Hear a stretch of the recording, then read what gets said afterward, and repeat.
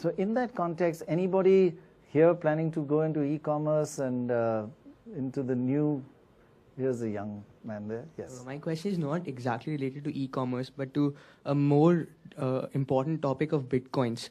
Bitcoins. Nothing more important than e-commerce. No, Bitcoins is fascinating. Reading your book, Fault Lines, it comes out as somebody who is not pro-government intervention. Being from the Chicago School of Thought, you propagate more free markets. So I want to know, and Bitcoins has specifically very good advantages for a developing nation. And so I want to know what is your view as a regulator on free banking and having more of equitable currencies floating in the market? See, I think we're still watching the evolution of these kinds of currencies. One of the problems that we envisaged with Bitcoin, one of course was the securities issues, and you've seen that they're not as secure as people thought they were, and there have been stolen Bitcoins and so on. But the second issue was the fluctuation in value. For money, you require something which is a stable store of value, and something that fluctuates so much is less effective in use as money. There are some lessons to be learned from the technologies that Bitcoin has employed. Some of them are useful, some of them are worrisome. And we have to see how we take on board such technologies. I have no doubt that down the line, we will be moving towards primarily a cashless society, okay?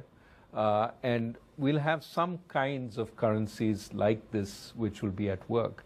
For us as the Reserve Bank, this may happen maybe 10, 15, 20 years from now, but we'll have to figure out how we make money, because you know, the way we generate most of our revenue is through forms of seigniorage. People are willing to hold currency free of interest, and that's how we make money.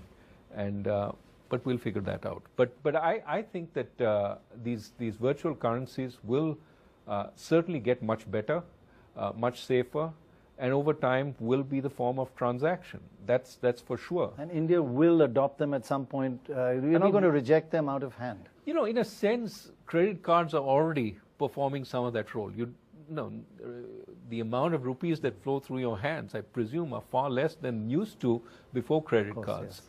And so this is going to go all around. We're going to have near-field contact devices. You just tap and go. I mean, all that we want to permit. You want to permit? We want to permit. I mean, we're not saying we're going to lose money, therefore we won't do it. We'll find some other way of getting money. Maybe government will fund us eventually.